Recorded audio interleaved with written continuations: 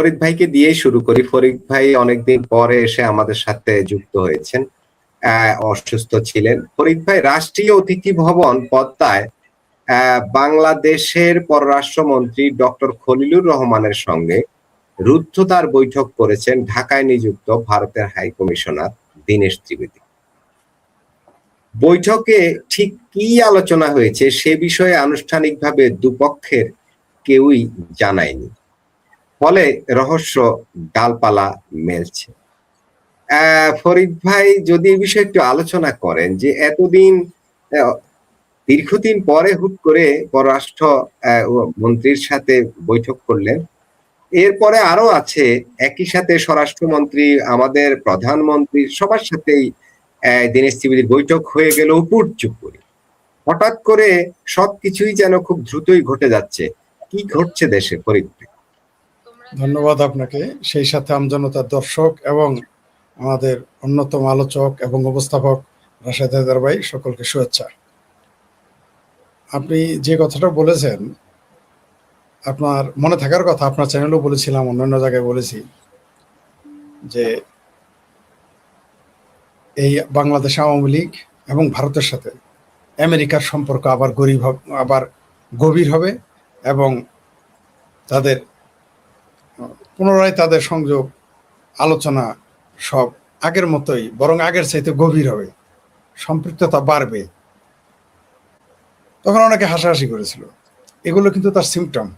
দীনেশ ত্রিবেদী যখন তিনি বাই রোডে ঢাকায় আসলেন, সেটা কিন্তু একটা সাইন ছিল। এটা যাদের বোঝার, সমাজদার যারা আছেন তারা সবাই বুঝে গিয়েছিলেন। এমনকি শুধু আমরা না, আমাদের যারা বিজ্ঞ দর্শক রয়েছেন তারা বুঝেছিলেন ওটা কিন্তু একটা সাইন ছিল, ওটা একটা উদ্দেশ্য ছিল তার অনেক কিছু বোঝানোর জন্য, এবং সেটা আমরা দেখেছি। তিনি যখন রোডে আসলেন তখন আমরা বুঝলাম যে ভিন্নতা নিয়ে আসতেছেন। শুধু তাই না, দীনেশ ত্রিবেদী যখন বাংলাদেশে আসলেন তাকে সরাসরি মন্ত্রী পদমর্যাদা দেওয়া হলো, আরেকটা সাইন। এগুলো সিমটম। ঝড় আসার আগে আকাশে মেঘ বা সূর্যের আলো, বাতাস, এগুলো দেখলে বোঝা যায়। গ্রামের যারা গরিব কৃষক ছিল, দরিদ্র অশিক্ষিত, তারা কিন্তু একটু গরম হলেই বলতো, আমরা দেখতাম যে আমরা তখন তো রেডিওতে আসতো আবহাওয়ার খবর নিয়ে, আমরা দেখেছি আবহাওয়ার খবর রেডিওতে যা বলতো, টিভিতে যা বলতো তাও অধিকাংশ ভুল হইতো, কিন্তু গ্রামের অশিক্ষিত কৃষকেরা যা বলতো তা সঠিক হইতো। তারা বাতাস দেখেই বলে দিতে পারতো, আকাশ দেখেই বলে দিতে পারতো, এমনকি রোদ দেখেও বলে দিতে পারতো যে দেশে কখন বৃষ্টি হবে। তো এরকম অনেক কিছু সিমটম এখানে রয়েছে। এর জন্য আপনাকে বিশেষজ্ঞ হতে হবে না, গবেষক হতে হবে না, ডক্টরেট ডিগ্রি নিতে হবে না। আপনি যেটা বললেন যে শুধু খলিলুর রহমান নয়, আমাদের একজন বিজ্ঞ দর্শক এখানে বললেন যে প্রধান বর্তমানে বাংলাদেশে রয়েছে। এবং আরো অদ্ভুত ব্যাপার যে প্রধান বাংলাদেশে আসার আগে তিনি কিন্তু চায়না সফর করে এসেছেন। এটা আরো কিন্তু একটা ভিন্ন রকম একটা বার্তা দিচ্ছে আমাদের। পাশাপাশি আপনি দেখেন এর আগে আমেরিকার দক্ষিণ এশিয়া বিষয়ক রাষ্ট্রদূত আসলো, আমরা দেখলাম। তো বাংলাদেশ নিয়ে এখন এই মুহূর্তে সবচাইতে বেশি সমালোচনা হচ্ছে। এখানে যার যার অবস্থান, প্রত্যেক পরাশক্তি, প্রত্যেক দেশ যার যার স্বার্থ রক্ষার জন্য সদা তৎপর। তো আপনি যেটা বললেন যে এখানে আমরা যেহেতু রুদ্ধদ্বার বৈঠক, কোনো প্রেস কনফারেন্স হয়নি, আর প্রেস কনফারেন্স হলেই যে সবই সত্য বলবে তা তো নয়। আমার মনে হয় সেখানে বহুবিধ আলোচনা হয়েছে, তো তার বহুমাত্রিক আলোচনা হয়েছে, মাল্টিপারপাস বিষয় নিয়ে তারা, সাবজেক্ট নিয়ে তারা কথা বলেছে সেখানে, তাতেও সন্দেহ নেই। আপনি দেখেন যারা এখন বলতো দিল্লি না ঢাকা, আমার সে কাকারা এখন সবাই নীরব। দিল্লি না ঢাকা, আপনি দেখেন একদিকে ভারতে যাবে না বলেছে প্রধানমন্ত্রী নরেন্দ্র মোদীর আমন্ত্রণে, যাবে না বলেছে। অন্যদিকে তারা 2 লাখ ব্যারেল নাকি টন তেল চেয়েছে, ডিজেল জ্বালানি চেয়েছে। দিল্লি না ঢাকা বলতে বলতে এখন তারা দিল্লি ছাড়াই চলতে পারে না। এটা নতুন কিছু না। আবার দেখলাম যে জাহিদ পাড়া, যেটাকে আমি পেতি পাড়া নাম দিয়েছি, তারেক রহমানের যে একটা পাড়া নেশৌরি আছে, সে প্রথমে বলল যে যারা জননেত্রী শেখ হাসিনার বক্তব্য প্রচার করবে, এমনকি সেখানে লাইক দিবে, তাদের আইনের শেয়ার দিবে, তাদের আইনের আসবে। কত বড় গবেট হইলে একজন প্রতিমন্ত্রী বা একজন উপদেষ্টা এই কথা বলতে পারে। তারপর আমরা কি দেখলাম, এখন আবার সুর পাল্টে ফেলেছে, বললো সীমিত আকারে তার বক্তব্য প্রচার করা যেতে পারে। এই যে পরিবর্তন, আমার মনে হয় যে এগুলো আগামীর বাংলাদেশ কি হবে, কোন দিকে যাবে, তার একটা নির্দেশনা দিচ্ছে আমার মনে হয়। তবে এখানে শেষ না, আগামী ডিসেম্বর আসতে আসতে অনেক কিছু এই দেশে ঘটবে যা আমরা কল্পনাও করতে পারবো না। যেমন এই মুহূর্তে রয় প্রধান আসবে, আমরা কেউ কল্পনাই করি নাই। আসবেন তিনি, কিন্তু এই মুহূর্তে আসবেন আমরা বুঝতে পারি নাই। যেভাবে ভারতের সাথে বিএনপির সরকার এবং তার যে চেলা চামুন্ডা রয়েছে, তারা সারাদিনই স্লোগান দেয় যে দিল্লি না ঢাকা, দিল্লি না ঢাকা। কিন্তু আমরা দেখতে পেলাম যে দিল্লি ছাড়া তারা এক কদম চলতে পারে না। বাংলাদেশের ইন্ডিয়ান বাইকে বসে ইন্ডিয়ান ডিজেল নিয়ে দেখবেন যে ইন্ডিয়ার বিরুদ্ধে কথা বলতেছে, এবং এটা বাংলাদেশের পুরনো স্বভাব, এটা থাকতেই হবে। কারণ বাংলাদেশের মৌলবাদীদের যে 4টা চিহ্নের কথা হায়দার আকবর খান রণ বলে গিয়েছিলেন, তার একটি হচ্ছে ভারত বিদ্বেষ। এখানে থাকতেই হবে, না থাকা ছাড়া কোনো উপায় নাই, এটা তাদের স্বভাব।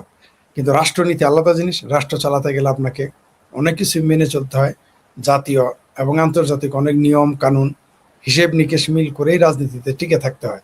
তাছাড়া ক্ষমতায় থাকা যায় না। তার জন্যই তো আমরা কখনো দেখি বাংলাদেশ আওয়ামী লীগ হেফাজতকে ডাকে, কখনো আবার দেখি বাংলা জাতীয়তাবাদী দল বিএনপি আবার হেফাজতকে ডাকে। সব জায়গাতে এরকম ছিল, আছে এবং থাকবে। তবে আমার মনে হয় যে দ্রুততার বৈঠকের কথা বললেন, বাংলাদেশের রাজনীতির পরিবর্তনের পূর্বাভাস। সেটা কি হবে হয়তো আমরা অর্ধেক অনুমান করতে পারবো বা কিছু অনুমান করতে পারবো, কিন্তু অধিকাংশই আমরা ঘটে যাওয়ার আগ পর্যন্ত অনুমান করতে পারবো না। তার আগে আপনারা জানেন যে ফ্রড মাজার নামের যে একজন বদমাইশ আছে, বাম বদমাইশ, সাবেক বাম, সাবেক জাসদি, মানে কোন দল সে করে নাই তা জানি না, সব দলই শুধু আওয়ামী লীগ ছাড়া সব দলই সে করেছে মোটামুটি, মাসাল্লাহ। তিনি আবার হাটে হাড়ি ভেঙে দিয়েছেন। আমরা পুরনো প্রবাদ একটা শুনেছি যে যখন কোনো জাহাজ ডুবতে থাকে তখন সেখান থেকে তেলাপোকারা নাকি, তেলাপোকা, ইন্দুর, বান্দর এগুলাকে পালায়। কিন্তু এবার আমরা দেখলাম ইন্দুর বান্দর না, সরাসরি ভাল্লুকই পালানো শুরু করেছে। মানে ফ্রড মাজার নিজেই এখন পারে না তো বলে ফেলে যে কোনো কিছুই আমি জানি না, সব কিছু জানে ইউনুস, আর জানে আমার ভাবির পোলারা। এখন দেখেন সামনে কি কি ঘটে, আমরা অপেক্ষায় থাকি, দেখি কি হয়। তবে বাংলাদেশের মানুষ ভেতরে ভেতরে প্রস্তুতি নিচ্ছে। ডিসেম্বর মাসকে ঘিরে বাংলাদেশের মানুষ ভেতরে ভেতরে প্রস্তুতি নিচ্ছে। আপনারা জানেন যে আমি প্রায় 7 থেকে 10 দিন আমি অনলাইনে সক্রিয় ছিলাম না, অনেকেরই ফোন রিসিভ করিনি, কিন্তু অনেকেই আমাকে ভয়েস মেসেজ পাঠিয়েছে বা মেসেজ লিখেছে, সেগুলো আমি শুয়ে শুয়ে দেখতাম। সেখানে আমি যা শুনলাম, যা দেখলাম, তাতে মনে হয় আওয়ামী লীগের জন্য পোয়া বড় হবে। কারণ এই দেশের মানুষ অস্থির হয়ে গেছে পরিবর্তনের জন্য। কারণ আপনি দেখেন যে অর্থনীতির কি অবস্থা। আপনি জানেন যে 10,000 লোকের চাকরি চলে গেছে এই গত 10 দিনে। মানে এটা অবিশ্বাস্য যে 10,000 মানুষের চাকরি চলে যাওয়া, নতুন চাকরি তো নাই, আবার 10,000 লোকের চাকরি চলে যায়, আরো হাস্যকর ব্যাপার। তবে একটা জিনিস আমি অপ্রাসঙ্গিক ভাবে বলি, আমি একটা ক্লিপ পাঠিয়েছে একজন আমাকে, দেখলাম যে ডাস্টবিন শফিক আছে, তাকে ওই ডাক্তার আব্দুল নূর তুষার যেভাবে ধোলাই করলো, মানে বেশ মজাই পেলাম আর কি।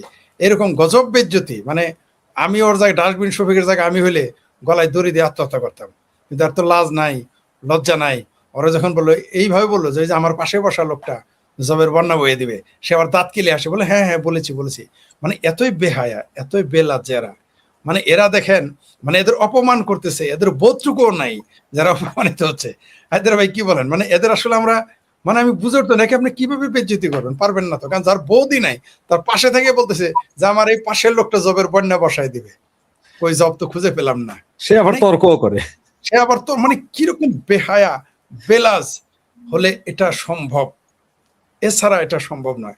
আবার ইদানিং আপনি দেখেছেন যে যে ভাস্কর্য নিয়ে মামুনুল হক যে ফতোয়া দিয়েছে, মাশাল্লাহ আমরা দেখলাম। কেবল এর আগে বলছিল 1930-40-এর দশকে, মানে যখন খিলাফত প্রতিষ্ঠিত ছিল মুসলিম বিশ্বে, তখন বলেছিল সবকিছুই হারাম, মাইক হারাম, তারপরে বলল টেলিভিশন হারাম, তার রেডিও হারাম, তারপরে বলল টেলিভিশন হারাম, তারপরে বললো ছবি তোলা তো হারাম ছিলই, সব হারাম করতে করতে ভাস্কর্য তো হারামই। হঠাৎ করে কালকে দেখলাম আমাদের 501 নম্বর মৌলবী ফতোয়া দিয়েছে মাথা ছাড়া ভাস্কর্য আরাম। যাই, অন্তত মাথা পর্যন্ত জায়েজ করছে। আশা করতেছি আগামীতে আর 2-4-6 মাস গেলে মাথা সহ ভাস্কর্য আরাম হয়ে যাবে, কোনো সন্দেহ নেই। এই যে পরিবর্তনের আভাস, আমার মনে হয় জামাতেরও একবার ক্ষমতায় দেওয়া দরকার। যদি আমি কখনোই কল্পনা করি না জামাত বাংলাদেশ আসুক, কিন্তু আমরা দিয়ে একটু দেখতাম যে এদের ভণ্ডামির মাত্রা কত দূরে যাইতে পারে, আমাদের একটু দেখার জন্য প্রয়োজন ছিল। যেমন 2024-এর 5ই আগস্ট, যদিও আমাদের অনেক মূল্য দিতে হয়েছে মুক্তিযুদ্ধের পক্ষের মানুষের, আওয়ামী লীগকে মূল্য দিয়ে যেতেই হচ্ছে। প্রতিনিয়ত আওয়ামী লীগ যারা করে, ছাত্রলীগ, যুবলীগ যারা করে, তাদের জেলে ভরা হচ্ছে, জেলের ভেতরে মেরে ফেলা হচ্ছে, জেলের বাইরে মেরে ফেলা হচ্ছে। এমনকি শুধু ছাত্রলীগের পক্ষে দোকানে কথা বলায় নাকি, শুধুমাত্র কথা বলায় একজন কিশোরকে যার বয়স 16 বছর হয় নাই তাকে মেরে শহীদ মিনারে ঝুলিয়ে রেখেছিল। কি ভয়ঙ্কর ব্যাপার! আপনি কল্পনা করতে পারেন? আমার মনে হয় 1972 সালে যদি এই রাজাকার আল বদর আল শামস বা খানাদারি বাহিনী সহ যাদের 93,000 যে ছেড়ে দেওয়া হয়েছে এদের যদি কিছু কিছু ধরে ওই শহীদ মিনারগুলোতে ঝুলিয়ে রাখা হতো, আজকে মনে হয় ছাত্রলীগ বা আওয়ামী লীগ বা মুক্তিযুদ্ধের পক্ষের মানুষদের এইভাবে শহীদ মিনারে ঝোলানোর দুঃসাহস তারা দেখাতে পারতো না। অনেক সময় কিছু কিছু সময় ছাড় দেওয়া খুবই ক্ষতিকর, ভয়ঙ্কর ক্ষতিকর। গোকরা সাপকে আপনি ঘরে রেখে, যে গোকরা সাপ আপনাকে কেটেছে সেই গোকরা সাপকে আপনি ছেড়ে দিলেন এমনি এমনিতে, সে আবার আপনাকে সবল দিবে, তার আন্ডা বাচ্চা হবে, মোটামুটি প্রত্যেক শীতকালে মোটামুটি ছায়ের মধ্যে ডিম দিবে, দিয়ে ঘরের ভিতরে আপনার ঘরে পালবে না, আপনার বাসার আশেপাশে ঢুকবে। সেগুলোর জন্য আজকে এই পরিস্থিতি সৃষ্টি হয়েছে, খুবই বেদনাদায়ক। আমি আমি এমনি মানসিকভাবে খুব পর্যদুস্ত, শারীরিকভাবেও, কিন্তু এই বিশেষ করে এই দৃশ্যটা এমন নয় যে এটা শুধুমাত্র ছাত্রলীগের বলে আমি তার পক্ষ নিলাম, তা নয়। কোনো মানুষকে এভাবে মেরে ঝুলিয়ে রেখে সবচেয়ে বেদনাদায়ক হচ্ছে যে বাংলাদেশের পুলিশ প্রশাসন সার্টিফিকেট দিয়েছিল নাকি আত্মহত্যা। মানে কারো আর কোনো খায় দেয় কাম নাই, শহীদ মিনারে গিয়ে ঝুলতে যাব, আর কোনো জায়গা পাইল না। তো মুক্তিযুদ্ধের যারা বিরোধী, ভাষা আন্দোলনের বিরোধী, তাদের সাথে তো শহীদ মিনারের একটা বিরোধিতা আছেই, ছিল, আছে এবং অদূর ভবিষ্যতেও থাকবে। তাই তারা এই মুক্তিযুদ্ধের পক্ষের মানুষগুলোকে, সেটা ছাত্রলীগ করুক, ছাত্রদল করুক, বা মুক্তিযুদ্ধের পক্ষে যারা ছাত্রলীগ, যুবলীগ যাই করুক, যে কোনো, এমনকি আপনি দেখবেন বিএনপির ভিতরে যারা মুক্তিযুদ্ধের পক্ষের তারাও কিন্তু শান্তিতে নাই, তাদের কিন্তু সবগুলোকে সাইড করে দেওয়া হয়েছে, সবগুলো। আপনি বিএনপিকে তো বিএনপির ভিতরে 5% 10% হলেও তো মুক্তিযুদ্ধের পক্ষে আছে, দেখবেন তাদের কোনো সক্রিয়তা নাই। তার সর্বশেষ প্রমাণ ব্যারিস্টার রুবিন ফারানা, সে কিন্তু সারাদিনই বঙ্গবন্ধুকে গালি দিত, সংসদে বসে শেখ হাসিনাকে গালি দিত, শুধু একটু মুক্তিযুদ্ধের পক্ষে কথা বলার কারণেই তাকে দেখেন দল তাকে তালাক দিয়ে দিয়েছে। উনিও মোটামুটি বিএনপিকে ব্যারিস্টার রুবিন ফারানাও বিএনপিকে বাইন তালাক দিয়ে মৌলবীদের হারিয়ে, আমার সবচেয়ে ভালো লেগেছে রুবিন ফারানা রাজনৈতিক দর্শনের সাথে আমার দ্বিমত রয়েছে, কোনো সন্দেহ নেই এবং থাকবে, কিন্তু রুবিন ফারানা ওইখানে কিন্তু একই সাথে বিএনপি, একই সাথে এই মৌলবাদী শক্তিকে চূড়ান্তভাবে পরাজিত করে তিনি চলে এসেছেন। তার মানে কি, আওয়ামী লীগের ভিতরে আপনি দেখেন সবাই ধরে নিয়েছিল বিএনপির ভিতরে মুক্তিযুদ্ধ বিষয়ক মন্ত্রী হবে ফজলুর রহমান, অ্যাডভোকেট বীর মুক্তিযোদ্ধা ফজলুর, অনেকেই মনে করে নিয়েছিল, বা কেউ মনে, অথচ তিনি কিন্তু তার চেয়ে বড় পদ, মুক্তিযুদ্ধ তো প্রতিমন্ত্রী পদ, তিনি ক্যাবিনেট মিনিস্টার হওয়ার যোগ্য, যেহেতু তিনি তার দলের চেয়ারম্যানের উপদেষ্টা ছিলেন, কিন্তু তাকে দেওয়া হয় নাই। কেন দেওয়া হয় নাই? সারাদিন বঙ্গবন্ধুর অবশ্য সমালোচনা করে না, আওয়ামী লীগ শেখ হাসিনাকে সারাদিন গালি দেয়, তারপরেও কিন্তু তাকে কোনো মন্ত্রিত্ব দেওয়া হয় নাই এবং দিবেও না। কারণ কি? কারণ হলো যে বিএনপির ভিতরে যারা মুক্তিযুদ্ধের পক্ষে তাদেরকে তারা বরদাস্ত করতে পারে না, তাহলে যারা ছাত্রলীগ করে, যারা যুবলীগ করে, কৃষক লীগ করে, বাংলাদেশ আওয়ামী লীগ, শ্রমিক লীগ, যুবলীগ, যাই এই ধরনের মুক্তিযুদ্ধের পক্ষে, তাদের কি সহ্য করতে পারবে? পারবে না। তার জন্য এই ঘটনাগুলো ঘটতেছে। তবে আপনাকে বলে দেই, রক্ত কখনো বৃথা যায় না, যায়নি, যাবেও না। এই যে আপনি রুদ্ধতার বৈঠকের কথা বললেন, আমার ধারণা সেখানে ওই ডিসেম্বরকে কেন্দ্র করে কথা হচ্ছে এবং হতে থাকবে।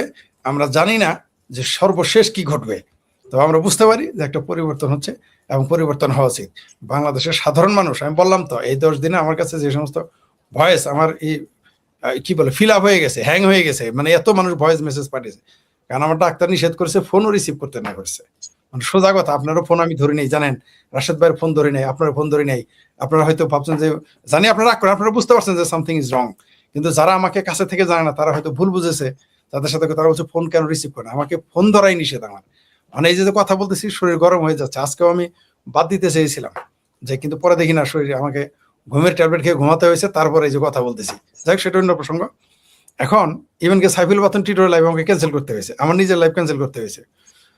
আমি আপনাকে বলি, রুদ্ধতার বৈঠকের ভিতরে সবচেয়ে বেশি প্রসঙ্গ যেটা নিয়ে দুষ্ট লোকেরা বলতেছে, আলোচনা হয়েছে, বাংলাদেশে মৌলবাদ ও জঙ্গিবাদের বিরুদ্ধে ইউনূস সরকার যা পারেনি। ইউনূস সরকারকে 13টি নাকি 19টি সেক্টরে স্পট দিয়েছিল, যারা সেখানে জঙ্গিবাদ, মৌলবাদ চর্চা করে, সন্ত্রাসী ট্রেনিং নেয়। সেই বিষয়গুলো নিয়েই তারেক রহমানের সাথে কথা হয়েছে এবং এগুলো তাকে বাস্তবায়ন করতেই হবে। উনি ওই যে 10 ট্রাক মামলায় মনে করেছিল যে ওটা ছাড় পেয়ে গিয়েছিলাম, এইবার তা পাবে না। ভারত, আমি বলেছি তো, ভারত তার কৌশল, ভারত সুকৌশলে আগায়, ভারত ধীরে ধীরে আগায়। এটা তার জন্য এটা এটা একদিকে প্রবলেম, অন্যদিকে এটার আবার একটা মজা আছে। কারণ আপনি যখন একটু সময় নেবেন, অর্থাৎ আপনি জানেন যে শেখ ফরিদ আপনার সাথে প্রতারণা করবে, তো আপনি শেখ ফরিদকে একটু সুযোগ দিলেন, দেখি শেখ ফরিদ কি করে। এটা দেখার জন্য অনেক সময় মানুষের সামনে প্রকাশ করার একটু সুযোগ দেওয়া উচিত। সম্ভবত ভারত এই কাজগুলো করতে, আর ভারতের হাতে জ্বালানি অস্ত্র, খাদ্য রপ্তানি, শিল্পের কাঁচামাল, এই 3টা অস্ত্র ভারতের সাথে। আপনি আপনি এই 1 থেকে 1.5 কোটি যে অনুপ্রবেশকারী ভারতে রয়েছে, এটাকে না হয় আপনার স্বীকার করলেন, সীমান্তে পাহারা দিবেন। অবশ্য বার্মাতে পাহারা দিবেন না, বার্মা থেকে যত আসে আসুক, কোনো সমস্যা নেই। প্রয়োজনে পাসপোর্ট সহ দিবেন, প্রয়োজনে এদের কাছে মা বোন, এই দেশের বিএনপি জামাত হেফাজত রোহিঙ্গাদের কাছে মা বোন বিয়ে দিবে বা তাদেরটা বিয়ে, কোনো সমস্যা নেই। কিন্তু বাংলাদেশের যারা ভারতে ঢুকে পড়ে আছে তাদের ঢুকতে দিবে না, না দিলেও। কিন্তু তেল, ডিজেল, এই জ্বালানি, কাঁচামাল এবং খাদ্য, এইগুলো যদি রপ্তানি বন্ধ করে দেয় ভারতে, যেটা মনে আছে আপনার, যে কারণে আপনার চ্যানেলই ব্যান হয়ে গেছিল, যেটা আমি বলেছিলাম যে ভারতের আসল অস্ত্র হচ্ছে ফুড চ্যানেল বন্ধ করে দেওয়া। এটা যদি বন্ধ করে দেয়, তাহলে তারেক রহমান কেন, কোন রহমানের পক্ষে বাংলাদেশ পরিচালনা করার সময় ভাবির পোলারা যতই চেঁচামেচি ঘেঁচাঘেঁচি ফেঁচাফেঁচি করুক, কোনো কাজ হবে না আমার ভাবির পোলা। কোথায় এখন ইলিয়াস, কোথায় সেই পাকি, নিজে যে বলে যে তার রক্তের পজিটিভ, পি পজিটিভ, কোথায় এখন সেই কি ইন্ডিয়া বয়কটে আন্দোলনের জনক, কি কি পিনাকি ভট্ট, সে ওই যে আমাদের রাশেদ ভাইয়ের প্রতিবেশী, সে প্যানিক ভট্ট এখন কোথায়? কোথায় এখন আমার ভাবির ছেলে? কোথায় এখন এই হাদি মাদি গাদির যারা চেলা চামুন্ডু? কোথায় এখন ওই ভিপি নুরা? কোথায় এখন? তো সে মন্ত্রী, এখন বলুক না ইন্ডিয়া বয়কট। কোথায় এখন আমতারেক, গালফুল আমতারেক? কেন তারা ইন্ডিয়া বয়কট আন্দোলন করে না এখন? এখন কেন ইন্ডিয়ার কাছে জ্বালানি চায় 2 লাখ টন? কেন?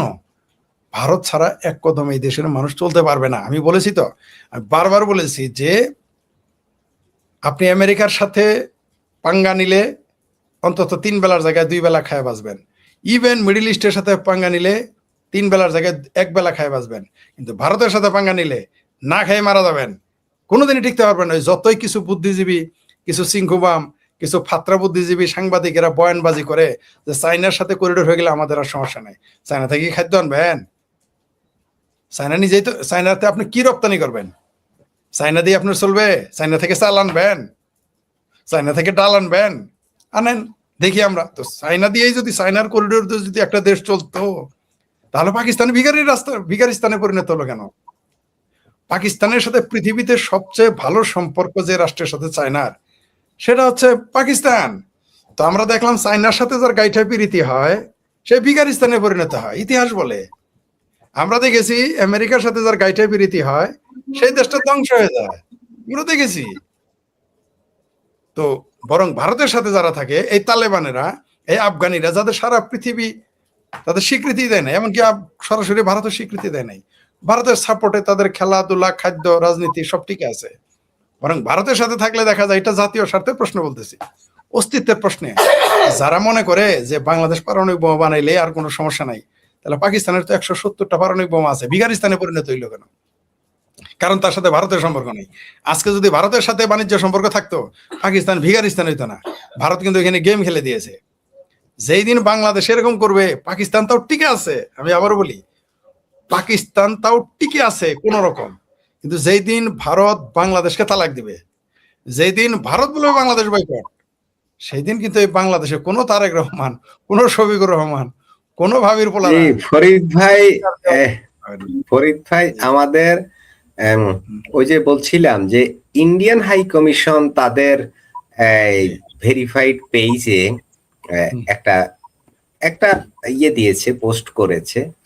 সেটা হলো আমাদের হোম মিনিস্টারের সাথে যখন ওনার বৈঠক হয় তারপরে দিয়েছে। এটা বলেছেন এখানে আছে, কিন্তু আমাদের পররাষ্ট্রমন্ত্রীর সাথে বৈঠকের পর কি হয়েছে সে বিষয়ে কিন্তু আসলে গুরুত্বপূর্ণ এমন কোনো কিছুই পোস্ট করেনি। করেছে একটা, কিন্তু সেটা আসলে একদম সাদামাটা।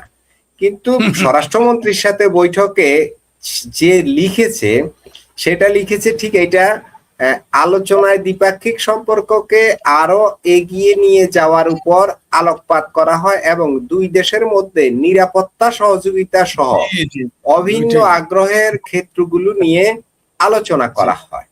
জি, নিরাপত্তা সহযোগিতার কথাটা এখানে উঠে আসছে। নিরাপত্তা সহযোগিতা মানে কি? চীন থেকে দূরে থাকো, আমেরিকা থেকে দূরে থাকো, জঙ্গিবাদ থেকে দূরে থাকো, মাদ্রাসা থেকে দূরে থাকো, এটাই বুঝাইছে। এটা আমার ভাষায় বললাম আর কি, কূটনৈতিক ভাষায় তো এগুলো বলে না। আমি এখন যে ভাষায় কথা বললাম, এটা আমাকে যখন আপনি কোনো দায়িত্বে দিবেন, আপনি যখন কোনো পদে বসাবেন, আমি তো এই ভাষায় বলতে পারবো না। ডিপ্লোমেসি, এই দেশের মানুষের ডিপ্লোমেসি, এই শব্দগুলো চয়ন করা এদের জন্য কঠিন।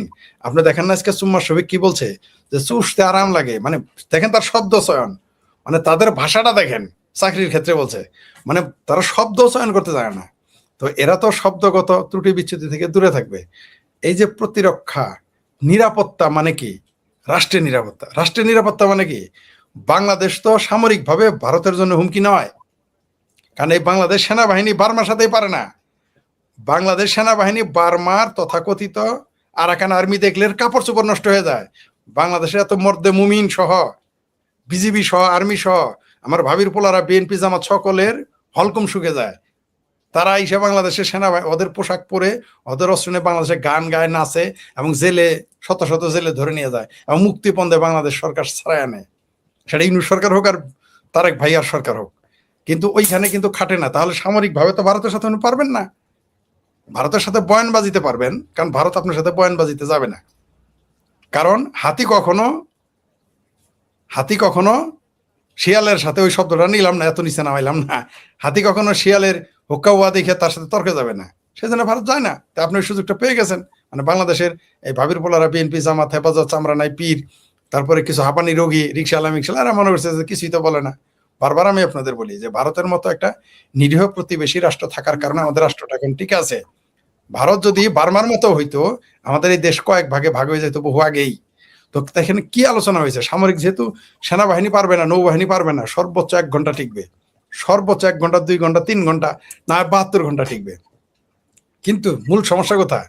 মূল সমস্যা হচ্ছে পাকিস্তানের আইএসআই ঘাঁটি যাতে বাংলাদেশে না হয়, তুরস্কের ঘাঁটি যাতে বাংলাদেশে না হয়, জঙ্গিবাদীদের ঘাঁটি যাতে বাংলাদেশে না হয়।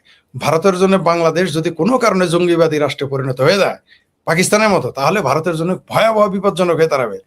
কারণ ফ্যানাটিসিজম, ধর্মান্ধতা এবং জঙ্গিবাদ, এটা যে কোনো সামরিক বাহিনীকে আপনি হটাইতে পারবেন, জঙ্গিবাদকে আপনি হটাইতে পারবেন না, যেটা বাংলাদেশে অলরেডি 30 বছর 35 বছর যাবৎ পরিকল্পিতভাবে করে ফেলা হচ্ছে।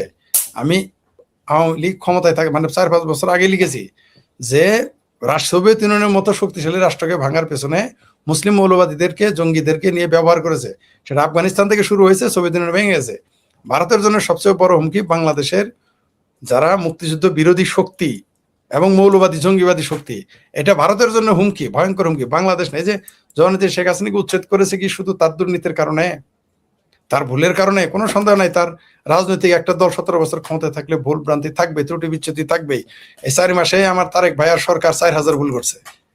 তো 17 বছর ছিল, তাদেরকে 17টি ভুল নাই, 117টিও থাকতেই পারে। কিন্তু এটার সাথে এটার পার্থক্যটা কি? অনেক পার্থক্য রয়েছে। আপনি দেখেন এইখানে জঙ্গিবাদকে, বাংলাদেশে মৌলবাদকে উস্কে দেওয়া হচ্ছে কেন? কোনো না কোনো দেশ, কয়েকটা দেশ বা একটি দেশ বা কোনো না কোনো দেশ বা কোনো না কোনো শক্তি গোষ্ঠী, তারা বাংলাদেশে ইসলামী জঙ্গিবাদকে আস্কারা দিচ্ছে কেন? বাংলাদেশটা বলির পাড়ে ভারতের বিরুদ্ধে ব্যবহার করবে। শেখ হাসিনাকে উচ্ছেদ করছে এই বাংলাদেশে ভারত বিরোধী শক্তিকে প্রতিষ্ঠিত করার জন্য। এইখানে তো শেখ হাসিনাকে তার দুর্নীতির জন্য উচ্ছেদ করে নাই, এটা তো একটা ল্যাম এক্সকিউজ। সামনে এটা দেখাইতেছেন, এটা সামনে দেখানো হয়েছে, কিন্তু পর্দার আড়ালে কি করেছে? পর্দার আড়ালে হচ্ছে শেখ হাসিনা যদি এখানে থাকে তাহলে ভারত বিরোধী শক্তিগুলো এখানে প্রতিষ্ঠিত হবে না, এটাই চূড়ান্ত সত্য। সেই কারণেই শেখ হাসিনা সরকারকে উচ্ছেদ ঘটানো হয়েছে, এবং এটাকে এখন এক একজন মনের মাধ্যমে সে এক একজনের মতো বলতেই পারে। আর কোন শক্তি ব্যবহার করা হয়েছে? সর্বোচ্চ শক্তি, 2টা শক্তি। প্রথমে বাংলাদেশে মিলিটারি ইউজ করা হয়েছে, যার উপরে কারো ক্ষমতা নাই। তারপরে হলো মিলিটারির চেয়ে বড় শক্তি, এটা মোল্লা শক্তি, এটা আরো বড় শক্তি। আপনি এটাকে ইগনোর করতে পারেন না। মূর্খের শক্তিকে ইগনোর করলে আপনি বিপদে পড়বেন। আওয়ামী লীগ, ভারত, এই দুই, আওয়ামী লীগের মতো একটি বড় দল এবং ভারত সরকার বাংলাদেশের এই মূর্খের শক্তিকে অবহেলা করেছে। সেটার জন্য দেশে আজকে এই পরিস্থিতি, এবং এটার পিছনে অবশ্যই ফান্ডিং আছে, অবশ্যই এদের পৃষ্ঠপোষকতা রয়েছে। তারা এগুলো করতেছে এবং ভবিষ্যতেও করবে, থেমে যাবে না। আওয়ামী লীগ সরকার ক্ষমতায় ডিসেম্বরে না আসুক, পরে ডিসেম্বরে আসবে, আওয়ামী লীগ আজ হোক, কাল হোক, পরশু হোক, তরশু হোক, তারা ক্ষমতায় আসবে, কিন্তু এই শক্তি কিন্তু বসে থাকবে না। আমরা বললাম তো এই 10 দিন আমার কাছে যে সমস্ত আমি ভয় পেয়ে গেছি। আমি চিন্তা করতেছি এখন যে আওয়ামী লীগ আসবে কিনা তা না, আওয়ামী লীগ ক্ষমতায় আসার পরে কি কি ঘটবে, এগুলো আমার কাছে যে তথ্য আসছে, আমি ভীত, সন্ত্রস্ত, চিন্তিত আমার দেশ নিয়ে। ভয়াবহ রকম পরিকল্পনা হচ্ছে বাংলাদেশ নিয়ে। দেশি বিদেশি অনেক মানুষ আমাকে অনেক কিছু পাঠিয়েছে, সময়ের অভাবে কিছু দেখতে পেরেছি, অনেকগুলি দেখতে পারি নাই। আপনাকে বলি, এই শেখ হাসিনার সরকার উচ্ছেদের পিছনে শুধুমাত্র যে রাজনৈতিক কারণ তা না, এটা জিও পলিটিক্স এখানে রয়েছে। কারণ এখানে সবাই ব্যবসা করতো, এখানে রাশিয়া ব্যবসা করেছে, চায়না ব্যবসা করেছে, আপনার ইতালি ব্যবসা করেছে, আপনার আপনার আমেরিকাও কিছু ব্যবসা করেছে। কে ছিল না? জাপান এখানে সরাসরি ছিল। জাপান থাকলে তো আমেরিকার আপত্তি থাকার কথা না, তার বন্ধু রাষ্ট্র। কোনো আমার তাড়িয়ে দিল কেউ, কিন্তু রাশেদ বাইরে নিল, আমি তো হ্যাপি থাকবো, আমি তো রাশেদ ভাই আছে, আমাদের দুইজনকে সরাই দিল, আপনাকে রাখলো, আমরা তো ভাববো আপনি আছেন। তা তো ঘটে নাই। এইখানে আমাদের বন্দর নিয়ে, যে বন্দর নিয়ে এত টানাটানি কেন, জলসীমা নিয়ে এত টানাটানি কেন? কারণ এই বাংলাদেশকে ঘিরে, কমপক্ষে এই আগামী 10 বছরে বাংলাদেশকে ঘিরেই পৃথিবীর অনেক দেশে যুদ্ধ পরিচালনা হবে। সেই কারণে শেখ হাসিনা সেখান থেকে হটানো হয়েছে। বরং আমি চিন্তা করতেছি আওয়ামী লীগ ক্ষমতায় আসলেও এই দেশ স্থিতিশীল হবে কিনা আমার যথেষ্ট সন্দেহ আছে। ধন্যবাদ। জি ফরিদ ভাই, আপনাকেও ধন্যবাদ। আমি রাশেদ হায়দার ভাইয়ের কাছে আসি। যে রাশেদ হায়দার ভাই যে কথাটা ফরিদ ভাই আসলে অনেক ডিটেইল একটা আলোচনা করে ফেলেছেন, কারণ বেশ কদিন অনুপস্থিত ছিলেন, সে কারণে অনুপস্থিত আলোচনাটাও করে ফেলেছেন। যাক, আমরা একদম নগদ কথাটা বলি খুব সংক্ষেপে, যদি আপনি বিষয়টা আনেন। সেটা হলো ডক্টর খলিলুর রহমানের সাথে যে রুদ্ধদ্বার বৈঠকটা হলো এই সময়, এরপরেই তিনি বৈঠক করলেন আমাদের স্বরাষ্ট্রমন্ত্রীর সাথে, তারপরে বৈঠক করলেন আমাদের প্রধানমন্ত্রীর সাথে। এখানে একটা সিরিয়াল আছে, একটার পর একটা ঘটনা কিন্তু ঘটেই গেছে।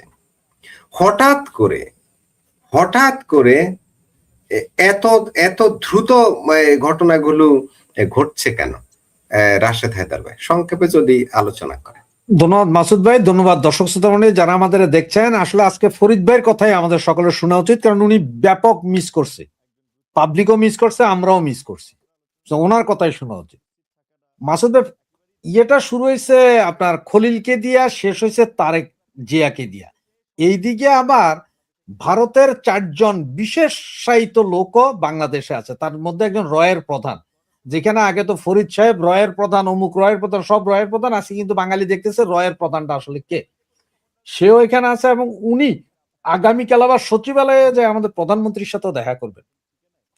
সব বিষয়টা নিয়ে এটা আপনারা কিছু বলার না, এটা তো আপনারা কেন, আমাদের পাবলিকও বুঝে যে কি হয়। আর রুদ্ধদ্বার বারবার আপনারা বলতেছেন, আপনি যাবে বিয়া শাদী করেন, কাবিন নামা পাবলিকের সামনে, খানা দানা পাবলিকের সামনে, বরযাত্রী আপনার পাবলিকের সামনে নেন, যৌতুক কত নিছেন বা কি কত হয়েছে এটা কি আর আপনি কন? সুতরাং এখন রুদ্ধদ্বার করবেন তো কি এখন, কারণ রুদ্ধদ্বার না করলে এখন খলিলের চেহারা বাইরে আসে যা দেখলাম, আমার তো মনে হয় থাবর সোয়ারও দিয়ে দিছে কিনা, এটা ওপেন হলে তো দেখা যাইতেন আপনারা, এই জন্য ভাই রুদ্ধদ্বার হয়েছে আমি বুঝি। আর আজকের যত কিছু তাতে আমি কিন্তু একটা লোকের পক্ষে আজকে, সেটা হচ্ছে যে হাদির ভাই মাসুদের পক্ষে আজকে।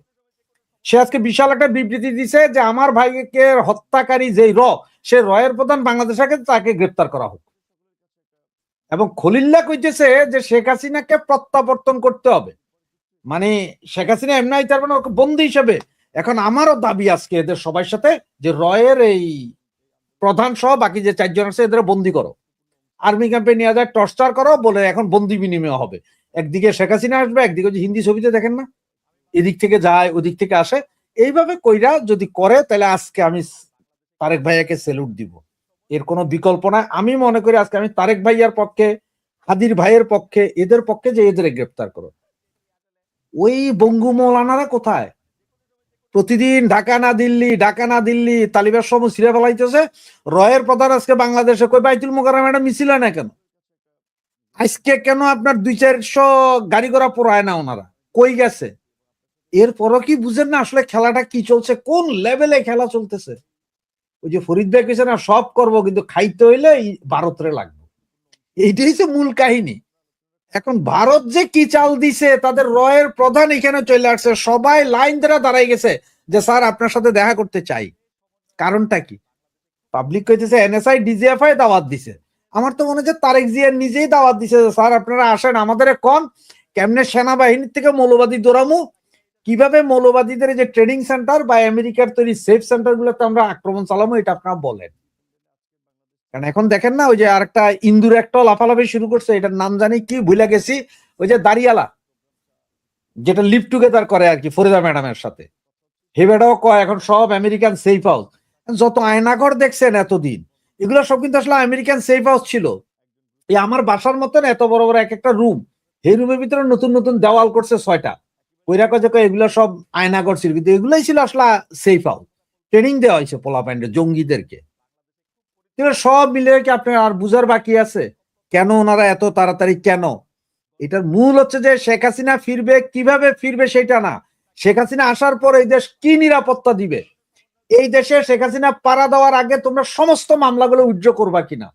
জাতিসংঘ এখন বলতেছে যে আমরা সাক্ষী হইতে রাজি নাই, সাক্ষী সৌদি পাইতেছে না শেখ হাসিনার মামলা, গলায় পাউরুটি আটকি মরছে, এইটাও নাকি মামলা হয়েছিল, এখন উইথড্র করতে বাধ্য হয়েছে। আর কি তোমরা এইসব মামলার আর কোন কোন অবদানকে অস্বীকার করবে?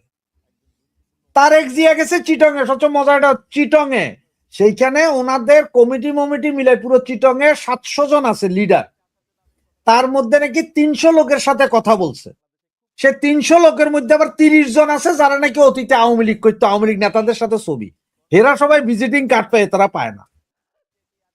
এখন তারেক জি আবার আজকে ঘোষণা দিছে যে 10,000 লোকের চাকরিচ্যুত করা হয়েছে ইসলামী ব্যাংক থেকে, এটা অমানবিক করা হয়েছে। হঠাৎ জামাতের উপর খেপলো কেন? ইসলামী ব্যাংক কেন? এটা 10,000 লোক তো ইসলামী ব্যাংক থেকে চাকরিচ্যুত হয়ে গেছে, তারেক জি হঠাৎ এটা বললো কেন? মৌলবাদীরা আজকে কেন মুখে কুলু পাইটা রাখছে? এগুলি কি আর আপনাদের বিস্তারিত বুঝাইতে হবে? দেখতে থাকেন সামনে। কেন রাশেদ হায়দার ভাই, আমাদের প্রাইম মিনিস্টার তো হেফাজতে ইসলামের আমিরের সাথেও চিটাগাং এ দেখা করেছে। না না, হেফাজতে ইসলামের আমিরের সাথে চিটংয়ে দেখা করছে। ঘটনা হচ্ছে যে আমি এইটার জন্য আসলে আমি দুঃখ প্রকাশ করি। এটা হচ্ছে যে মানুষ মরার আগে তখন নাকি ওই যে হজে যায় পাপ মোচন করতে, 5 ওয়াক্ত নামাজ শুরু করে, তওবা করে না, তো ওনার অবস্থাও এটা। উনি হেফাজতের আমিরের লগে দেখা করবে না? কারণ এই যে আমেরিকা বলতেছে, এই যে ভারতের এতগুলো সিপাহসালা আইলো, রয়ের চিপ আইতেছে, হেফাজতের আমিরের কাছে দোয়া চাইছে যে হুজুর আপনি দোয়া করেন, আপনি তো দেওবন্দের বড় হুজুর, আপনার দোয়া মনে হয় লাইগা যাইতে পারে, আপনার সাথে আমাদের ভাব ভালো। এটা তো মরার আগে তবা করে নিতেছে। আর ওখানে তো বলে সুন্নি যারা আছে, যে সুন্নিদের নাকি ওটা আখড়া চিটং, তো সুন্নিরা কোথায় এখন বুঝি না, সুন্নিদের দামও নাই। এগুলো আপনি দেখতে থাকেন, এসব জঙ্গিদের কাজ কাহিনী দেখতে থাকেন। হেফাজতের আমিরের সাথে দেখা করে ওই মাদ্রাসায় কয় হাজার পোলাপাইন আছে যে উনি আমিরের লগে দেখা করতে যাবে। এগুলো সব দেখেন, কে কোন দিকে ডুবায়, কে কি করে একটু দেখেন। আর আপনার দর্শকদেরকে বলি বা আপনার মাধ্যমে বলি, আমাদের যে শিলং সালাউদ্দিন, উনি তো এখন এদের গ্রেপ্তার করা উচিত, কারণ উনি গুম ছিলেন না ভারতে নাকি। আমি শুধু একটা কথাই বলবো যে রয়ের চিফকে এক্ষুনি অ্যারেস্ট করা হোক, সেনা ক্যাম্পে নিয়ে যাওয়া ব্যাপক ধোলাই করা হোক, কারণ সমস্ত গুম তো উনি করছিলেন। ওই সাহসটা যদি দেখায় আর কি এই বঙ্গু মোমেনরা, এটা দেখানো মনে হয় ভালো। আমি জানি না আপনার কি মতামত, বা আমার ফরিদ ভাই কি মতামত দেয়, সেটা দেখার আমার আশা রইল। যদি ফরিদ ভাই বলে সব বৈঠক হয়েছে শেখ হাসিনা আসলে নিরাপত্তার কি হবে সেই বিষয়, এবং বৈঠক হয়েছে শেখ হাসিনা আসার আগেই সমস্ত মামলাগুলো তুলতে হবে। ওইসব চায় না, কি বলে আপনার যে বিনিময় না, শেখ হাসিনা স্বদেশ প্রত্যাবর্তন করবে, এবং ভারতের দাবি যেই বিমানে নিয়ে গেছো ওই রকম বিমান পাঠাবা, সসম্মানে ওনাকে আনবা। এইটাই ছিল ভারতের কথা, যে সসম্মানে আনবা। আর এই যে পোংটামি বন্ধ করো, আমেরিকার আমরা এক, সবাই এক, পাইক্যাদের দৌড়াও, এটাই হচ্ছে মূল কাহিনী। এখন আমি ফরিদ ভাইকে জানতে চাই যে ফরিদ ভাই ওই রয়ের চিফকে অ্যারেস্ট করা হবে কিনা। জি, রাশেদ হায়দার ভাই জি আলাপ করবে। আমি একটু ফরিদ ভাইয়ের কাছে আবারও আসি। এই আলোচনাটা দুজনেরই দরকার আছে, যেহেতু রাশেদ হায়দার ভাই আলোচনাটা তুলেছেন, এটাকে আরেকটু ইলাস্ট্রেট করা দরকার আছে। না তুললে অবশ্য আলোচনা অন্যদিকে আমি নিয়ে যাইতাম, কিন্তু এখন এই আলোচনাটা দরকার। বিভিন্ন সূত্রে জানা যাচ্ছে, যেটা ওই সূত্রগুলোর তথ্য রাশেদ হায়দার ভাইয়ের কাছে ছিল বা আছে বিধায় তিনি কথাগুলো তুলেছেন। তো আমরাও বিভিন্ন সূত্র থেকে কিছু তথ্য পাই, জানা যায়। সেটা হচ্ছে ডিসেম্বরে শেখ হাসিনার দেশে ফেরার পর তার নিরাপত্তা বিষয়ে আলোচনা হচ্ছে, যা মিডিয়ার সামনে গোপন রাখা হচ্ছে, যেটা রাশেদ হায়দার ভাইয়ের আলোচনায় কিন্তু ইঙ্গিত আছে। আরো অনেকেই এ নিয়ে আলোচনা করেছেন। সার্জিও গোরের সফরের পর দ্রুতই কি পট পরিবর্তন হচ্ছে, কানেক্টিভিটি আছে? শেখ ফরিদ ভাই, আপনার কি মনে হয় বিষয়টার গোড়াটা কি ওখানে? আর না হলে বিদ্যুৎ গতিতে ঘটনাগুলো ঘটে চলেছে একের পর এক। আমি ফরিদ ভাই। শুরুতেই বলেছিলাম যে ভারত এবং বাংলাদেশ আওয়ামী লীগের সাথে সম্পর্ক ভালো হবে, পুনরায় তাদের সম্পর্ক পুনঃস্থাপন হবে। তো আপনি যেটা বললেন আমেরিকার রাষ্ট্রদূত এবং দক্ষিণ এশিয়া বিষয়ক সে দায়িত্বপ্রাপ্ত, তিনি আসার পরে আপনি ঠিকই বলেছেন যে বিদ্যুৎ গতিতেই, বিজলির গতিতেই চলছে এবং চলতে থাকবে। আর রাশেদ ভাই যেটা বললেন যে নিরাপত্তার ব্যাপার, শুনেন, খুঁটির জোরে পাঠা কোদে। আমাকে একবার দিনের বেলা গান পয়েন্ট, মানে একেবারে আমাকে গান পয়েন্টে রেখেছিল দিনের বেলা। আমি বলেছিলাম তুমি গুলি করতে পারবা না। কেন? আমি বললাম তোমার এই যে বন্দুক দিয়েছে তারা আমি চিনি, আর তুমি যার কথাই চলো তারাও আমি চিনি, এবং তিনি তোমার কতটুকু দায়িত্ব দিছে তাও আমি জানি, তাই তুমি আমার কিছু করতে পারবে না। প্রকাশ্য দিবালোকে আমাদের এলাকায় এটা ঘটেছিল, এবং আমাদের এলাকার কাউন্সিলর সেখানে আমরা দেখেছি। তখন আমার আত্মীয় স্বজন, বন্ধু বান্ধব সব সরে পালায় চলে গেছিল, শুধু একজন এসেছিল, আমার বন্ধুর ছোট ভাই দৌড়ে এসেছিল দূর থেকে। কেউ আসে নাই ভয়, কিন্তু আমি জানতাম গুলি করতে পারবে না, কারণ খুঁটির জোরে পাঠা খোদে এবং গুলি করতে পারে নাই। তো এই যে আমার ভাবির পোলারা যত লাফালাফি করতেছে, আমেরিকা যখন সরে যাবে, যেটা হায়দার ভাই শুরু তার বক্তব্য শুরুতে বলেছে এবং শেষও বলেছে যে সেফ হোম ছিল এবং তাদের প্রশ্রয়দাতা কারা, এদের পৃষ্ঠপোষককে, এই কুকুরগুলো পালে কে? পালে আমেরিকা। তো আমেরিকা যখন পিছ থেকে সরে যাবে, আমরা তো বয়স তো কম হয় না, কত গুন্ডা পান্ডা দেখলাম, কত রাজনৈতিক পান্ডা দেখলাম, কত বড় বড় ছোট মেজো বড় সেজো নেতা পাতি নেতা, আপনার অলিতে গলিতে একটা টপ টুপ বটম দেখেছি। তো কেউ কোনো দিনই, দু চারটা ব্যতিক্রম থাকে, এছাড়া কেউ খোঁটার জোর ছাড়া চলতে পারে না। মস্তান বলেন, রাজনৈতিক নেতা বলেন, খোঁটার জোর ছাড়া চলতে পারে না। তো এই ভাবির পোলারা তো কোনো নেতা এর মধ্যেই পড়ে না, গুন্ডার মধ্যেই পড়ে না। এই আমার ভাবির পোলারা না গুন্ডা না নেতা, কোনোটাই না। এরা হঠাৎ করে উড়ে এসে জুড়ে বসেছে। এদের ভায়োলেন্স করার একটা লাইসেন্স দেওয়া হয়েছিল, সে ভায়োলেন্স সৃষ্টি করে সেনাবাহিনীর পৃষ্ঠপোষকতায় আমেরিকার প্রযোজনা এরা এগুলো করেছে। তো যখন প্রযোজক সাহেব থাকবে না, তখন পরিচালকও থাকবে না। যখন প্রযোজক পরিচালক নাই, তো ওই নটি মানে অভিনেতা অভিনেত্রী কাউকে আপনি খুঁজে পাবেন না। একটা যাত্রা মনে করেন যে আনারকলি যাত্রা মঞ্চস্থ হচ্ছে একটা মঞ্চে, সেখানে একজন প্রডিউসার আছে, সেখানে একজন পরিচালক আছে, প্রমোটর আছে, সেইখানে আয়োজক আছে। তো যদি প্রডিউসারই না থাকে, পরে তো একটাও থাকে না। তো প্রডিউসার যখন বলে দেবে তোমরা সরে যাও, যেহেতু আন্দোলনের সময় তাদের জন্য সেফ হোম ছিল, তো এখনো তাদের আরো সেফ হোম না, এবার সেফ ল্যান্ডে নিয়ে চলে যাবে। যারা তাদের গোলামি করেছে, হয়তো বলতে পারে যে শেখ হাসিনা ঢুকবে, কিন্তু জুলাই সন্ত্রাসীদের যারা মাস্টার মাইন্ড, তাদেরকে সেফ হোমে যেতে দিতে হবে। আওয়ামী লীগ হয়তো মেনে নিতে পারে গোপনে, ঠিক আছে তোমরা চলে যাও, কিন্তু আমি আসার আগে চলে যেতে হবে, এই সুযোগ নিতে পারে। এছাড়া আর ভাবির পোলাদের কিছু করার নাই। কারণ আমেরিকা যখন চলে যাবে, তখন আপনি ওয়াকার সাহেবকে খুঁজে পাবেন না। আমেরিকা যখন এদের থেকে পিছু টান দিবে, তখন তারেক রহমান এদের পৃষ্ঠপোষকতা দেবে না। আর বাংলাদেশ আওয়ামী লীগ তো ছোট দল নয়। বাংলাদেশ আওয়ামী লীগ যত চাপাবাজি যে যাই বলুক না কেন, বাংলাদেশ আওয়ামী লীগ সবচেয়ে বড় দলের একটি এশিয়া মহাদেশের। ছাত্রলীগ আরো বড় ছাত্র সংগঠন। তো ভাবির পোলা তো এদের প্রতিদ্বন্দ্বী নয়। এদের প্রতিদ্বন্দ্বী কে? সেনাবাহিনী। এদের প্রতিদ্বন্দ্বী কে? বিএনপি। ইভেন জামাতও এদের সামনে কোলাবে না। ছাত্রলীগ, যুবলীগ যখন তাদের পারফরমেন্স দেখাবে রাস্তায় ময়দানে, তখন একমাত্র সেনাবাহিনী আর বিএনপি ছাড়া তাদের সামনে টিকতে পারবে না। তো আপনি যত যাই বলেন, এখানে আলোচনা হচ্ছে নিরাপত্তার কথা বলতেছেন। শেখ হাসিনা যখন ঢুকবে, তখন যারা তার নিরাপত্তাহীনতা নিয়ে চিন্তা করতেছে, তারা নিরাপদ থাকবে কিনা সেটা দেখেন। শেখ হাসিনা যখন আসবে, শেখ হাসিনা তো এত কাঁচা মানুষ না, তো এত কাঁচা রাজনীতি করে না। তো তিনি যখন ঢুকবেন, তখন কি ডাস্টবিন শ্রমিক দেশে থাকবে?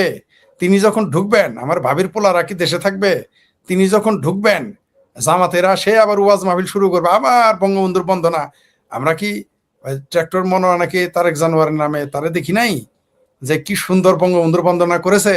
আমরা কি আমির হারামজাদাকে দেখি নাই কিভাবে শেখ হাসিনা বন্দনা করেছে? সে কি বলে নাই যে তার বাপ দাদা 14 গোষ্ঠী আওয়ামী লীগ করতো? আবার সে তারা ওয়াজ মাহফিলের সুরটা পাল্টে ফেলবে, আর কিছুই না।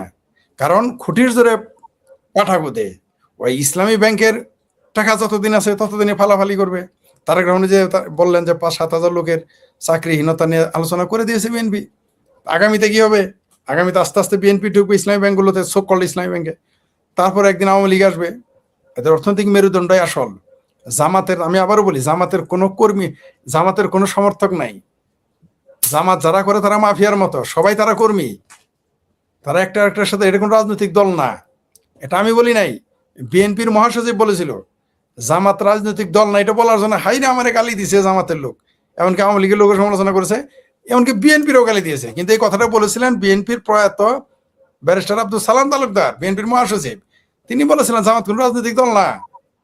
1993 সালে তিনি এই কথাটা বলেছিলেন, আমি নিজের গানে শুনেছিলাম। তিনি বলেছেন জামাত আবার কিসের রাজনৈতিক দল? জামাত হচ্ছে একটা মাফিয়া চক্র। মাফিয়া চক্রদের মাফিয়াগিরি বন্ধ হয়ে যাবে কিছুদিনের মধ্যে। আপনি দেখবেন, খুব শীঘ্রই দেখবেন এরা ঠান্ডা হয়ে যাবে। কারণ এরা বলেছে কি যুক্তরাষ্ট্র তাদের পরীক্ষিত বন্ধু। তাদের যুক্তরাষ্ট্র তাদের পরীক্ষিত বন্ধু 71 ছিল, এখনো থাকবে জানি।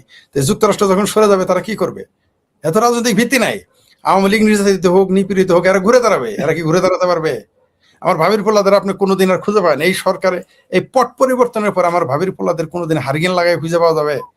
পাওয়া যাবে না, আপনি পাবেন না। আর যারা ওই যে নিরাপত্তার ব্যাপারটা, বাংলাদেশ সেনাবাহিনী এই ঝুঁকি নিবে না। শেখ হাসিনার কোনো দুর্ঘটনা ঘটুক, এটা বাংলাদেশ সেনাবাহিনী ঝুঁকি নিবে না, দায় নিতে হবে। রইল বাকি মৌলবাদী শক্তি, তুরস্ক এবং পাকিস্তান মিলে একটা ঘটনা ঘটাইতে চাইবে। কিন্তু শেখ হাসিনা যেদিন ঢুকবে, এই মৌলবাদী শক্তি ঠান্ডা হয়ে যাবে, একেবারেই ঠান্ডা হয়ে যাবে। কারণ আওয়ামী লীগের তৃণমূলের নেতারা, কর্মীরা এখন বুঝে ফেলেছে তাদের শত্রু কে। তারা বুঝে ফেলেছে যে মোল্লা আর মিলিটারি আওয়ামী লীগের বন্ধু না, মুক্তিযুদ্ধের পক্ষে না। এটা তারা এখন পরিষ্কার। যদিও এর মধ্যে কিছু লোক পরিবর্তন, কিছু সাইদি লীগ আছে, সেটার বিষয় আলাদা। কিন্তু আওয়ামী লীগের একটা বৃহত্তর অংশ বুঝে ফেলেছে এরা কিছুই করতে পারবে না শেখ হাসিনা। কারণ আমেরিকা না থাকলে এরা সব জিরো। আমেরিকা যখন থাকবে না তখন এরা জিরো হয়ে যাবে। জিরো না, -29 চলে যাবে, বরফের যুগে চলে যাবে। এদের আপনি খুঁজে পাবেন না। এগুলো বললেই হবে। আপনার কি মনে হয় নাহিদ, এই 6 জন এমপি যে আছে, কালকে যদি, আমি বারবার বলেছি, আপনারা অনেকেই বলেন যে না জামাত হচ্ছে বিএনপির আসল শক্তি, না, এখনো দিন শেষে জামাত বিএনপি তার ভরসা। কালকে যখন জামাতিদের আওয়ামী লীগ আসার পরে ছাত্রলীগ এদের ধরবে, এরা যা করেছে তা করবে, সবগুলোকে বিএনপিতে যোগ দিবে। এদের শেষ আশ্রয়স্থল, পৃষ্ঠপোষক বিএনপি। যদি আমার সাথে এই কথার সাথে আওয়ামী লীগের অনেকে দ্বিমত পোষণ করবে, দিন শেষে এদের আশ্রয় প্রশ্রয়। আমি বলেছি তো, কালকে শুধু বিএনপি বলবে যে জামাতকে 3 তালাক 5 তালাক দিলাম, আপনি জামাতকে হারিকেন দিয়ে খুঁজে পাবেন না। হারিকেন দিয়ে খুঁজে পাবেন না, আপনি একজনেরও খুঁজে পাবেন না। যদিও কেউ যারা জামাত করতে পারে না লজ্জায়, তারাই বিএনপি করে, মানসিকভাবে অনেক মিল আছে, কোনো সন্দেহ নাই। এটাই একমত যে তারাও মুক্তিযুদ্ধ বিরোধী, এরাও মুক্তিযুদ্ধ বিরোধী, ঠিক আছে। কিন্তু আদতে জামাতের পৃষ্ঠপোষক দিন শেষে বিএনপি। আপনি বলেন, আপনি দেখবেন যত জামাতের নেতা আছে সবগুলোর আত্মীয় স্বজন বিএনপি। আপনি যান, প্রত্যেকটা জামাতের আত্মীয় স্বজন দেখেন, সবগুলো, মানে 80% জামাতের আত্মীয় স্বজন বিএনপি করে, আর 20% হয়তো আওয়ামী লীগের সাথে আছে। ঢাকা থেকে দিল্লির লাস্ট ফ্লাইটে দীনেশ ত্রিবেদী দিল্লি গেছেন আজকে। জি জি, রাশেদ হায়দার ভাই, আমাদের কত ঘন ঘন আমেরিকার রাষ্ট্রদূত আসা যাওয়া করতেছে। ফরিদ ভাই একদম লেটেস্ট, সেটা হচ্ছে জি ভাইয়া, তার আগে এমন ঘটনা ঘটেছে। হ্যাঁ, এখন আমাদের ভারতীয় হাই কমিশনার যিনি, তিনি প্রধানমন্ত্রীর সাথে বৈঠকের পর আবারও দিল্লিতে চলে গিয়েছিলেন। জি, শুনেন, গত কদিন আগেও তো সেম ঘটনা ঘটেছিল, মনে আছে? হ্যাঁ শুনেন, আমি বললাম তো ভারত, ফরিদ ভাই একটু বলি, মানে ঘটনাগুলোর গতি, এটাকে কি গতি বলে? ওই যে হাই স্পিড একটা ট্রেন আছে না, চায়না করছে না, বুলেট ট্রেন। মনে হচ্ছে ঘটনাগুলো বুলেট ট্রেনের মতো ঘটে চলেছে। জি, এবং ঘটবে, আরো ঘটবে। শুধু তাই না, আমি বললাম তো, আমেরিকার সাথে যখন ভারতের বোঝাপড়া হয়ে যাবে, এই মৌলবাদী শক্তিগুলো এমনি নিস্তেজ হয়ে দেখবেন, এরা তখন আমেরিকার বিরুদ্ধে বয়ান শুরু করবে। এই মৌলবীরা জামাত এখন বলছে না ফরিদ ভাই, কোথাও কি একটা চেঞ্জ মনে হচ্ছে কিনা, যে মার্কিন যুক্তরাষ্ট্র তাদের আগের অবস্থান থেকে কিছুটা সরে গেছে। প্রথম দিকে তারা যেমন কঠোর ছিল, গত 3 মাসে তাদের সেই অবস্থান কিন্তু আগের জায়গায় আছে বলে মনে হয় না। এই যে একজন একটা কমেন্ট করেছে, একটু দেখি। ভারত বারবার যখন সম্পর্ক এগিয়ে নিতে চায়, তাতে সরকার মনে করে ভারতকে দুর্বল মনে করে, এই বলতে চাচ্ছেন আর কি। মানে আমাদের মিডিয়া এই খবরগুলো এমন ভাবে প্রচার করতেছে, মনে হচ্ছে যে আমেরিকা, ভারতের হাই কমিশনার কিংবা ভারতের ওই যে কি রয়ের প্রধান পরাগ জৈন, এরা আসতেছে বাংলাদেশের সরকারের পা ধরার জন্য, যে ভাই তোরা ছাড়া আমাদের আর কোনো রক্ষা নাই, তোদের পায়ে ধরি, তোরা আর আমাদেরকে বিপদে ফেলাইস না ভাই, তোদের পায়ে ধরি। অনেকটা এইরকম আমাদের মিডিয়ার হেডলাইন গুলো আপনি দেখেন, হেডলাইন আপনি দেখলেই বুঝবেন যে মনে হচ্ছে যে ওরা আসছে আমাদের পা ধরতে। এই দেশের মিডিয়ার ভাবখানা এরকমই। শুনেন, লিল্লাখোর মৌলবী আর রাজনীতির যারা বুঝে না তারা তো এগুলো বলবেই, কিন্তু কোথায় কি হচ্ছে ওটা তো আমরা বুঝতেছি, কোথাকার পানি কোথায় যাচ্ছে তাও আমরা জানতেছি, দেখতেছি। এরা জি এখন যখন এখন পাকিস্তানের আসিফ মনিরকে যখন হোয়াইট হাউসের ডাইকে নিয়ে চা খাওয়ায়, তখন তো পাকিস্তানের হায় হায় মুই কি হনু রে, কিন্তু এরা যে কামলা খাটাবে এটা তো আর জানে না। তো এরা তো এটা বুঝে না কোন ফাঁদে ফেলতেছে, এই বোধ শক্তি তো তাদের নাই, এদের কূটনৈতিক জ্ঞান তো তাদের নাই, তাই তারা এরকম মনে করে। এরা এগুলো মনে করতেই থাকবে। তো ওই যে বললাম ভারত নিরীহ প্রতিবেশী, তো ভারত সরাসরি কোনো আক্রমণে যায় না, এর জন্য মানে কিছু কিছু কুকুরকে মাঝে মাঝে মুগুর মারতে হয়, ভারত তো তা করে না, এই সুযোগটা তারা নিয়ে নেয়। কিন্তু এটাই ভারতের পলিসি। ভারত বাংলাদেশ সম্পর্কে তার পলিসিটা এরকমই যে সে ধীরে সুস্থে আগাবে, এবং সে আগাচ্ছে এবং সুফল পাচ্ছে। আপনি দেখেন যে ভারতের নাম নেওয়া যায় না, সকাল বিকাল ভারত দখল করে, সকালে গিয়ে 7 সিস্টারে নাস্তা করতে চায়, বিকেলে গিয়ে দিল্লিতে ডিনার খাইতে চায়, সেই লোকগুলো এখন ভারতের লোকজন আসতেছে যাইতেছে, তাদের ডিজেল ছাড়া চলে না। এই দেশের মানুষের তো লজ্জা নাই, এদের কূটনৈতিক জ্ঞানও তো নাই। এরা মনে করবে যে তলে পরে যদি সিমটি মারছি তো জিতে গেছি, কয়দিন পরে বুঝতে পারবে। আর ভারতেরও এই ব্যাপারে কিছুটা সমালোচনা করা যেতে পারে। শক্তি কখনো কখনো দেখাইতে হয়, যেটা চাণক্য নীতিতেই আছে। শক্তি যদি আপনি প্রদর্শন না করেন, আপনি বিপদে পড়বেন এক সময়, কারণ মূর্খের শক্তি অনেক সময় ভয়ঙ্কর ক্ষতিগ্রস্ত করে ফেলে। আপনি যদি আপনার বাড়িতে থাকা, ঘরে থাকা ইঁদুরদের গুরুত্ব না দেন, আপনার বাতটা ভেঙে ফেলতে পারে, ছোট্ট একটা গর্ত করে দিলে আপনি বিপদে পড়বেন। মাঝে মধ্যে কি ওই যে মানে কেসকি কল রাখতে হয় ইঁদুর ধরার জন্য। তো ভারতে এই দিকে আমার মনে হয় তারা কিছু কিছু ভুল এখানে করে ফেলেছে, এই সুযোগটা দেওয়ার জন্য তারা এই কথাগুলো বলে। কারণ এই সুযোগ দেওয়ার কারণেই তো রিক্সালা বলে ভারত দখল করবে, এগুলো বলার জন্যই তো রিটায়ার্ড আর্মি অফিসার রাস্তাতে হাঁটতে হাঁটতে উষ্টাগায় পরে আর বলে 4 দিনের 7 সিস্টার দখল করবে। যদিও ভারত এটা নিয়ে হাসাহাসি করে, এরা যখন এগুলো দখল করার কথা বলে ভারত কিন্তু হাসাহাসি করে, যথেষ্ট হাসাহাসি করে। কিন্তু ভারত হাসাহাসি করলে হবে কি, এরা তো সিরিয়াসলি নিয়েছে। এদেশে মাদ্রাসার মৌলবী একজন দেখলাম, সে বললো যে বাংলাদেশের 1 কোটি মৌলবী নাকি গিয়ে ভারত দখল করে ফেলবে। ঠিক আছে, দখল করে ফেলবে বলে ফেলেছে। তো এদের শক্তি মাঝে মাঝে ভারতকে শক্তি প্রদর্শন করা উচিত। ভারত না, পৃথিবীর যে কোনো দেশ তার শক্তি যদি প্রদর্শন না করে, যেটা আমি আর এক উদাহরণ দিয়েছি যে সোভিয়েত ইউনিয়ন তার শক্তি প্রদর্শন করে না বলেই তাদের 10 কোটি লোক মারা গেছে দ্বিতীয় বিশ্বযুদ্ধে।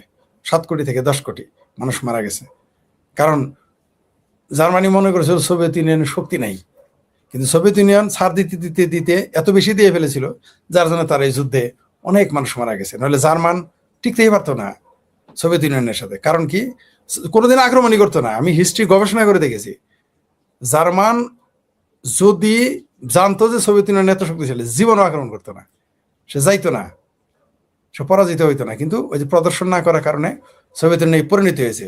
আবার সোভিয়েত ইউনিয়ন আরো বিভিন্ন জায়গায় নিজেরাই তাদের শক্তি প্রদর্শন করে না বলেই সোভিয়েত ইউনিয়ন ভেঙে গেছে।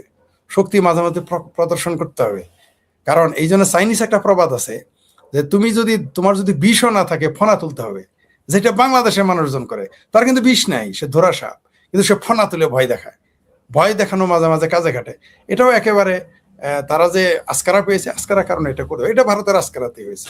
বাংলাদেশের পত্রিকা, বাংলাদেশের লোকজন এটা মনে করে এই কারণে, কারণ ভারত তার শক্তিকে প্রকাশ করে না এবং টাইট দেয় না, এর জন্য সমস্যা হচ্ছে। এবং এটা ভারতের জন্য বুমেরাং হয়ে যেতে পারে কোনো এক সময়, ক্ষতি হইতে পারে ভারতের জন্য। তারপরে ভারত যেহেতু চাণক্য নীতি, তাদের তো সুনির্দিষ্ট নীতি রয়েছে, তারা ধীরে ধীরে আগাচ্ছে, তাদের নীতি হয়তো আমি এটা ভাবলাম, তারা হয়তো অন্য প্ল্যান করে রেখেছে, অন্যভাবে তারা এগোবে। তবে ভারতের উচিত শক্তি প্রদর্শন করা মাঝে মধ্যে। জি ধন্যবাদ। জি ফরিদ ভাই, আপনি তো অনুপস্থিত ছিলেন অনেকদিন, এই কারণে অনেক দর্শক খুবই উৎকণ্ঠা এবং তারা অনেকেই আপনাকে শুভেচ্ছা জানিয়েছে, খোঁজ খবর জানতে চেয়েছে আপনার কি শরীরের কি অবস্থা, এবং আপনার জন্য আশীর্বাদ দোয়া করেছে অনেকে। ধন্যবাদ। একজনের একটা কমেন্ট আমি দেখাই, অনেকগুলো কমেন্ট তো, কয়েকশো আছে এরকম কমেন্ট, যেটা এতগুলো তো দেখানো যায় না। ফরিদ ভাই, আপনার জন্য অনেকদিন অপেক্ষা করেছিলাম, আপনার সুস্বাস্থ্য কামনা করি। জি ধন্যবাদ আপনাদের এবং কয়েকশো কমেন্ট আছে। দর্শকদের যারা আমার